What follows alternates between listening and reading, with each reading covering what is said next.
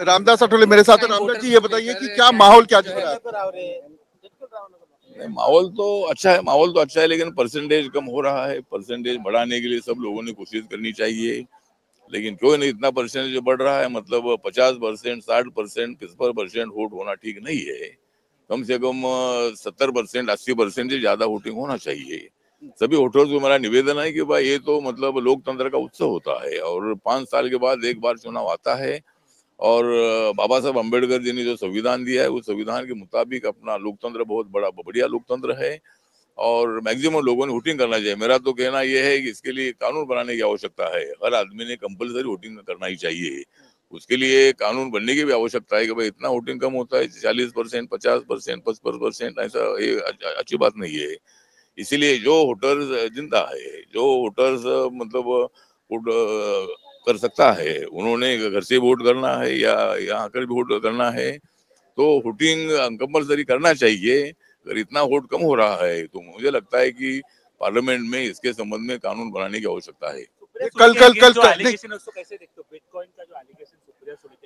Bitcoin का जो आरोप लगाया बीजेपी ने उनके ऊपर, नाना पटोले पर, इसकी जांच होनी चाहिए। और जिस तरह मतलब इस चुनाव में बहुत ही गड़बड़ियां हुई है, तो जिस तरह सुप्रिया सुले जी और नाना पटोले जी की पूरी जांच होनी चाहिए। विनोद तावड़े को भी पैसे बांटते हुए पकड़ा गया था, सभी हितेंद्र ठाकुर ने कहा। मुझे लगता है कि पैसे बांटते हुए बिल्कुल नहीं पकड़ा है। मतलब वहाँ हितेंद्र ठाकुर जी हमारे मित्र है, लेकिन हितेंद्र ठाकुर जी ने कुछ प्लान बनाकर, जहाँ विनोद तावड़े जी उनके नाइक उनके मित्र थे, उसको अपने बातचीत करने के लिए वहाँ गए थे और वहाँ पैसा बांटने का कोई भी वीडियो नहीं है, कोई भी ऐसा उदाहरण नहीं है। लेकिन जानबूझकर विनोद तावड़े जी आए हैं और किसी बीजेपी के नेता ने हमको फोन करके बताया।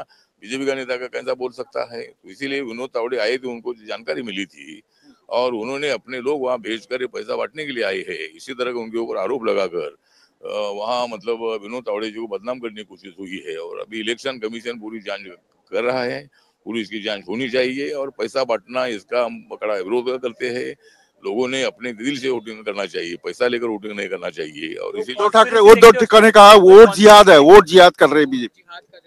नहीं, ठीक है कि नहीं, उनका कहना है ना नोट जिहाद का है, ना नोट जिहाद है, वोट जिहाद है। जिहाद का विषय नहीं है। मुझे लगता है कि आरोप तो लगाने के लिए माननीय उद्धव ठाकरे जी और महाविकास आघाड़ी तैयारी रहती है, लेकिन इसकी पूरी जांच होनी चाहिए। मतलब पैसा बांटना है तो विनोद तावड़े क्यों जाएंगे? वो ऑल इंडिया के जनरल सेक्रेटरी है।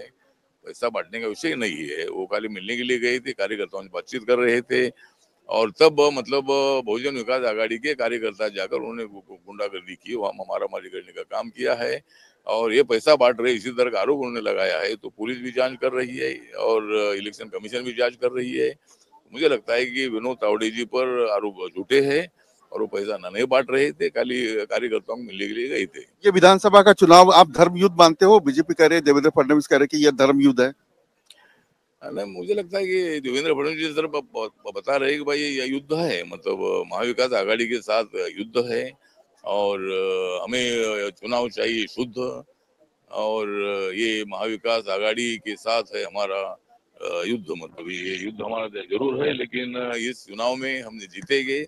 अच्छी सीटों को लेकर हम जीतेंगे, जनता हमारे साथ है, तो डरने की क्या बात है? क्या मुद्दे रहेंगे? आप कहते कि महायुति की सरकार आ रही है, तो क्या मुद्दे रहेंगे? किस मुद्दे के ऊपर महायुति को? नहीं, मुद्दे तो रहे। अभी हमने काफी महाराष्ट्र का विकास किया है, महाराष्ट्र के स्लम में रहने वाले लोगों के लिए भी सुविधा दी है, मुंबई का डेवलपमेंट अच्छा किया है, महाराष्ट्र के लिए 10 लाख करोड़ से ज्यादा पैसा केंद्र ने दे दिया है और अनेक प्रश्न है। अभी इतना मैं बताना नहीं चाहता हूँ। आखिरी सवाल, एक लोकसभा में जो नेरेटिव था संविधान बदलने का, वो क्या मिट चुका है, खत्म हुआ है? मुझे लगता है कि संविधान बदलने का विषय जो है ये जानबूझकर झूठा आरोप लगाकर मतलब संविधान बदलने की भाषा कर रहे थे, लेकिन संविधान बदला नहीं जाएगा, लोगों को मालूम हो गया है और अभी लोग हमारे साथ है। लोकसभा के चुनाव में जरूर लोगों की गलतफहमी हुई थी और संविधान बदल सकता है, इसी तरह की भावना उनके मन में तैयार हुई थी और अपोजिशन ने ब्लैकमेल करके वोटिंग लिया था। लेकिन अभी लोगों के ध्यान में आया है कि बाबा साहब अम्बेडकर जी का संविधान कोई नहीं बदल सकते हैं और इसीलिए अभी ये चुनाव विकास के मुद्दे पर ही होगा, ये संविधान के मुद्दे पर नहीं कटेंगे। हम बटेंगे नहीं तो कटेंगे कैसा? मतलब हम तो बटने का विषय नहीं, हमको सबको एक रहना है, देश को मजबूत करना है, सभी जाति धर्म के लोगों को एक साथ रहना है, और इसीलिए अखंड भारत की जो बाबा साहब की संकल्पना है उसको लेकर हम आगे जा रहे हैं। इसीलिए सब ने एक साथ रहना चाहिए। कितनी सीटें जो है महायुति दावा कर रहे हैं, आरपीआई की तरफ से? तो महायुति को मुझे विश्वास है कि हमको कम से कम 165 से लेकर 170 तक सीटें पे मिलेगी, और हम क्लियर बहुमत से सरकार हमारी बनेगी, मुख्यमंत्री महायुति का बनेगा। और रामदास अठवले बता रहे कि 165 सीटें जो है महायुति को मिलेगी।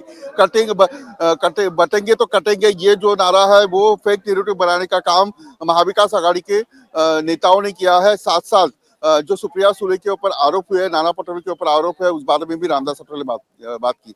स्वप्निल के साथ विलास अठवले, न्यूज़ नेशन मुंबई।